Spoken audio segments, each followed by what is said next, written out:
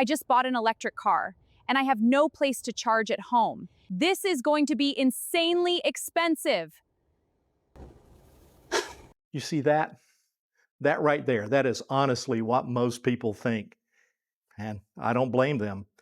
Every EV savings calculator that I've ever seen, including the ones that I've recommended, say that the number one advantage of owning an EV is charging at home. But for a lot of people, about 30% of the nation, that's not even an option. They live in apartments or condominiums or townhomes. Sometimes they even lease a single family home like this one, and the owner will not even allow them to install a level 1 charger. That's a big problem. So what happens when the number one financial advantage of owning an EV, cheap home charging, is completely off the table? Well, today we're going to find out.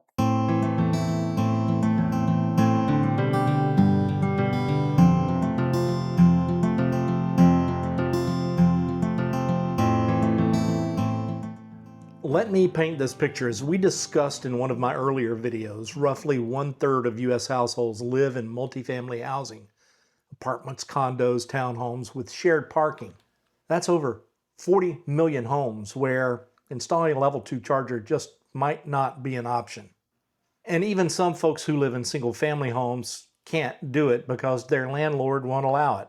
Either that or the panel can't support it, or the cost of the upgrade is just too high. So these EV owners are left with one question that almost nobody in the EV space answers with real numbers. What's it actually cost to charge an EV when you can't plug in at home? Well, I've pulled the numbers, public charging rates, subscription plans, the works, and the answer might actually surprise you and not in the direction you think. But before we get into the math, I need to tell you why the conventional wisdom on this is very wrong in most cases. And I've missed the mark more than once, and it starts with a dangerous oversimplification. But once you do the research, you might just be surprised. Here's the myth, and I've been guilty of perpetuating this myth myself. If you can't charge at home, an EV will cost you more than a gas car because public charging is so expensive. Now, there is a kernel of truth here. Public DC fast charging, the kind you find at Electrify America, EV Go, Tesla Superchargers, they can run you 40, 50, even 60 cents per kilowatt hour, sometimes even more. And compare that to the national home average for electricity at 18 cents, and yeah, that really stings. But here's what most people miss. DC fast charging is the most expensive tier, but it's not the only option if you don't have a home charger. In fact, it's not even the most common option at this point in time. Let me show you what I mean. There are actually 4 tiers of public and semi-public charging, and they range from free, yes, you heard me right, free, all the way up to that expensive fast charging that we just discussed. Most people only think about the expensive end. That's like judging the cost of groceries by only shopping at a convenience store. Now let's talk about the 4 tiers. Tier 1 is free level 2 charging. And yes, this exists. Many dealerships, workplaces, shopping centers, and even some apartment complexes offer free level 2 charging. It's slow. It's between, I would say, 3.5 and 11 kilowatts, or 5 to 12 hours for a full charge, but the price is $0. And if you can work this into your regular charging routine, it's basically home charging without the home. Take a look at this example. Okay, this is an example of a Tier 1 free Level 2 charger. This charger sits at the trailhead of the Cross Seminole Trail in Lake Mary, Florida. You can see it's busy. Somebody's plugged into it pretty much 24 hours a day, 7 days a week, but it is free. Now, Tier 2 is workplace charging. A growing number of employers now offer Level 2 charging in their parking lots. Some are free, some charge a small fee, and it's usually between 10 and 15 cents per kilowatt hour. You're going to park there for 8 hours anyway, and if you do, you should leave with a full battery. And it's still cheaper than gas. Here, let's take a look at this Tier 2 public charger. These are examples of workplace level 2 chargers. FPL Evolution charge point chargers, level 2 charging, 9 cents per minute. Now, Tier 3 is paid public level 2 charging. These are the charge point and blink stations you see at grocery stores, in some parking lots and municipal lots, typically 20 to 30 cents per kilowatt hour, or sometimes just a flat hourly rate at around $1 to $2 per hour. Tier 4 is the DC fast charging. This is your 30 to 60 cent per kilowatt hour territory. So we're going to look at some of these in more detail in just a minute. The tier you use most often determines whether an EV without home charging still makes financial sense. And most people in this situation are not exclusively using Tier 4. So let's put some real numbers to this. I'm going to run 4 scenarios, all for someone who's driving 280 miles per week, which is about average. I'm going to show you some comparisons here on screen. So the first thing we have to do is determine what the threshold price per kilowatt hour will be for your situation. In this case, I'm using 26 miles per gallon and 3.8 miles per kilowatt hour for the gas car and the EV respectively. I'm using the price per gallon as $4.50 per gallon. So 26 miles per gallon at $4.50 equals 66 cents per kilowatt hour for a car getting 3.8 miles per kilowatt hour.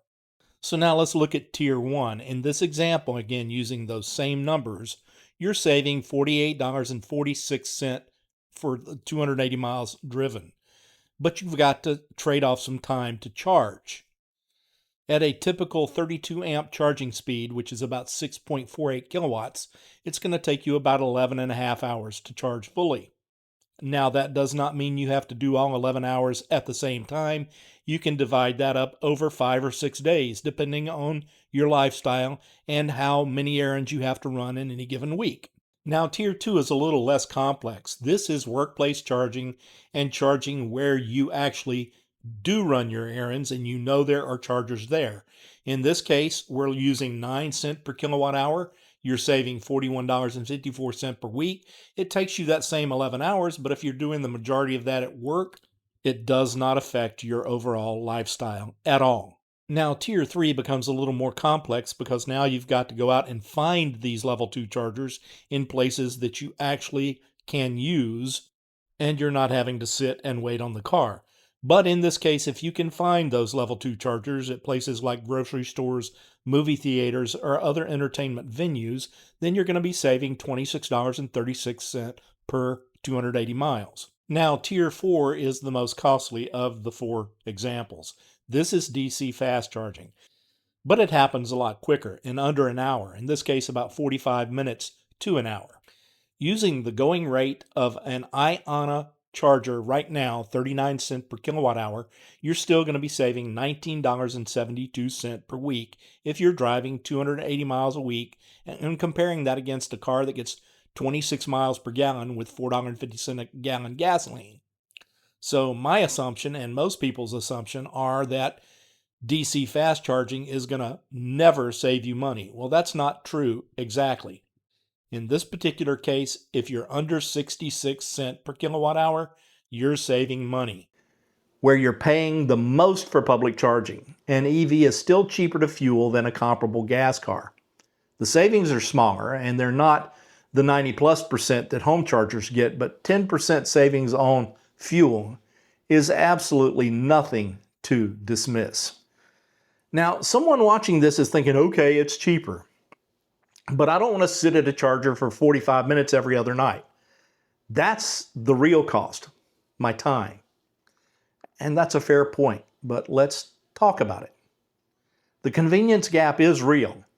Home chargers, you plug in and walk away, and you never think about it. Public chargers require a little bit of planning, or at least an awareness of what's going on. But here's what most people don't realize. If you build charging into your existing routine, the time costs will shrink dramatically. Charge while you're at the grocery store. Charge while you're at the gym. Charge while you're at work. You're there anyway. There's a charger that sits at a trailhead, the one I showed you just a minute ago. I'm going to be on my bike 2 to 3 hours, so why not plug and charge at that point in time? It's free. If I go to the movies, I'm there for 2 to 3 hours. The point is, you can plan your charging stops because unlike a gasoline car, you can plug in and walk away. Now, the average American spends upwards of 30 to 40 hours a year at the gas station. And that's planning their trip to the station, diverting their way out of the way to go to the station, sometimes sitting in line waiting for cars in front of you to get done at the station, and actually pumping the gas. So you're not just taking the time it takes to pump the gas, you have to go out of your way to get there. Now, public level 2 charging, if it's integrated to your routine, doesn't add time. It replaces your gas station stops with stops you're already making anyway. And I'll be honest, if your only option is DC fast charging and you have to make special trips to do it, that is pretty inconvenient. Now, I'm not going to pretend otherwise. For that driver, the calculus is different, and it might mean an EV isn't the right fit right now, but that's a smaller group of people than you would think, a lot smaller. Before we wrap this up, one more thing that almost nobody wants to talk about. Most major charging networks offer subscription plans that can cut your per kilowatt hour cost by 20 to 40%. Electrify America has Pass Plus, and that drops their rate. ChargePoint has plans through various partners. Even Tesla offers off-peak supercharger pricing if you time things right. If you're someone who will be relying on public charging, a $4 to $7 monthly subscription can save you $20 to $40 in public charging costs. That's a no-brainer. And don't forget, the PlugShare app is your best friend. It shows you every charger in your area, including the free ones most people forget about. Bookmark the ones on your regular routes. Build your personal charging map. And you can save money. So let's bring it home. If you don't have home charging, you can absolutely still own an EV and save money on fuel. The savings range from massive if you have free workplace or destination charging to modest if you're relying mostly on paid public stations. But even in the worst case, you're still coming out ahead compared to gas. The trick is knowing which tier you'll actually use and which scenario makes the most sense, and then optimizing it. Don't assume DC fast charging is your only option because it rarely is. The bottom line is home charging is the gold standard for EV savings, but it is not a requirement. So drop a comment below. If you're an EV owner without home charging, what is your routine and what are you paying per month? I'd love to compile some real-world numbers from everyone who's out there doing this type of charging. That's the reason I make these videos, and it helps to share that information with others. And if you know someone who's on the fence about EVs because they live in an apartment, share this one with them. Real EV ownership is shared. I want to thank you again for stopping by, and I will see you out there or somewhere along the route from point A to point B. And remember, drive electric, charge cheap, and I'll see you all real soon.